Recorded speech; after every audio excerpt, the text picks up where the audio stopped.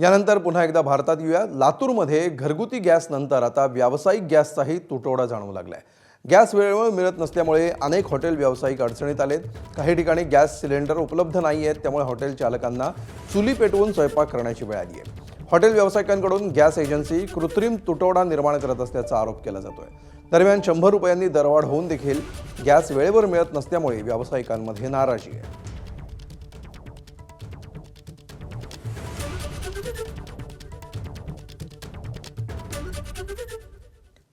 तर राज्यातल्या गॅसच्या तुटवड्याबाबत अन्न आणि नागरी पुरवठा मंत्री छगन भुजबळांनी मुख्यमंत्री फडणवीसांशी चर्चा केली। घरगुती गॅसचा तुटवडा होऊ नये यासाठी लक्ष घालावं अशी भूमिका मांडल्याची माहिती भुजबळांनी दिली आहे। राज्यामध्ये व्यावसायिक गॅसच्या तुटवड्यामुळे हॉटेल्स बंद व्हायला सुरुवात झाली आहे। याच पार्श्वभूमीवर हॉटेल मालकांनी आज अन्न आणि नागरी पुरवठा मंत्री छगन भुजबळांची भेट घेतली होती।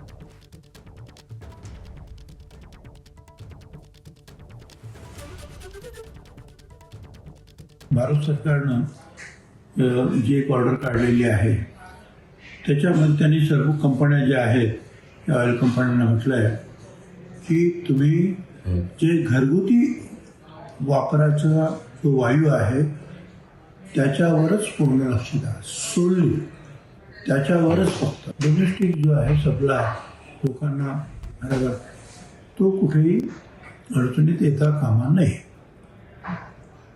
तर मग रॉकेल देता येईल का, रॉकेल लोक घेतील का, त्याच्यावर पण चर्चा केली।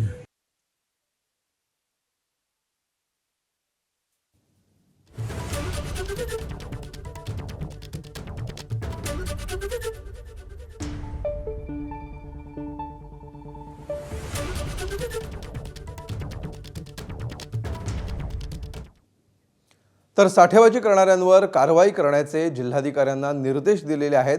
केंद्र सरकारकडून मॉनिटरिंग सुरू आहे अशी माहिती चंद्रशेखर बावनकुळे यांनी दिली आहे। सर्व जिल्हाधिकारी ॲक्शन मोडमध्ये आहे। कुणी साठेबाजी करू नये, जास्तीचे साठे निर्माण करून जनतेमध्ये जाणीवपूर्वक तुटवडा निर्माण करण्याचं काम कोणी करत असेल त्यावर ॲक्शन करण्याची जबाबदारी जिल्हाधिकारी यांना दिलेली आहे। आणि जिल्हाधिकाऱ्यांनी सर्व सक्त निर्देश दिलेले आहे की असे जे लोक आहेत साठेबाजी करणारे आणि जाणीवपूर्वक लोकांना त्या ठिकाणी वेठीस धरणारे त्यांना या ठिकाणी कारवाई करण्याचे निर्देश जिल्हाधिकाऱ्यांनी दिले आहेत। तर सध्या सीएनजी आणि पीएनजी गॅस पुरवठ्यामध्ये कपात नाही। राज्यातील गॅस तुटवड्याबाबत महानगर गॅसने हे निवेदन केलंय। घरगुती वापराच्या गॅसची 100% देशामध्येच निर्मिती होते। सीएनजी पुरवठ्यासाठी लागणाऱ्या गॅसचं देखील उत्पादन देशामध्येच होतं, त्यामुळे या दोन्हीमध्ये कुठलेही तुटवडा नसल्याचं स्पष्ट करण्यात आलंय।